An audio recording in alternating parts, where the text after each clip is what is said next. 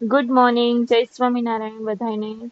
આજે હું ટાઈમે ઉઠી ગઈ હતી અને નહીં ધોઈને તૈયાર થઈ ગઈ હતી. અને અમે બધા નીચે આવી ગયા હતા કારણ કે અમારે જવું તું મહાદેવજીએ. તો મારી બેન ને ભાભીને એમ થયું કે બે એક્ટિવા લઈને જઈએ, મારું અને મારું બેનનું. તો મારું એક્ટિવા સાફ કરી નાખ્યું હતું અને મારું બેનનું સાફ કરતા હતા એ બે પછી મને એમ થયું કે ના, આપણે અહીંયા મહાદેવજીનું મંદિર નજીક જ છે તો આપણે ચાલીને જઈએ. પછી અમે બધાએ નક્કી કર્યું કે સારું, ચલો ચાલીને જ જતા રહીએ. તો આ મહાદેવજી બહુ જ ભક્તો હતા, કારણ કે હવે શ્રાવણ મહિનો ચાલુ થયો એટલે.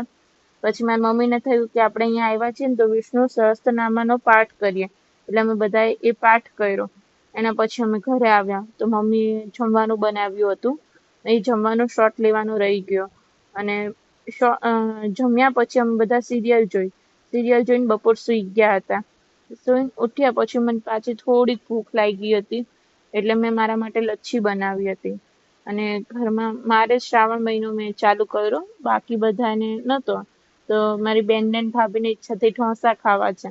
મારી મમ્મી બહુ જ મસ્ત ઢોસા બનાવે છે, જે ખૂબ જ સ્વાદમાં મસ્ત હોય છે. પછી એમને મસ્ત ભાજી અને દાળ બનાવી હતી અને ઢોસા ઉતારતા હતા. બધાને સરસ ગરમ ગરમ જમાડી કામ પતાઈને મમ્મીને આજે નીચે આનંદનો ગરબો હતો એટલે મમ્મી કે મારે આનંદના ગરબામાં જવું છે. તો મેં કીધું સારું, મજા આવશે તો તમે જતા આવો. તો મમ્મી આનંદના ગરબામાં ગઈ અને મેં પછી થોડીક ટાઈમ રહીને મને 11 વાગતે ભૂખ લાગી. તો મેં બાલાજીનો ફરાળી ચેવડો ખાધો અને મારી બેન ને હું બે બ્લોગ જોતા હતા. Like, share and subscribe to my channel. Thank you.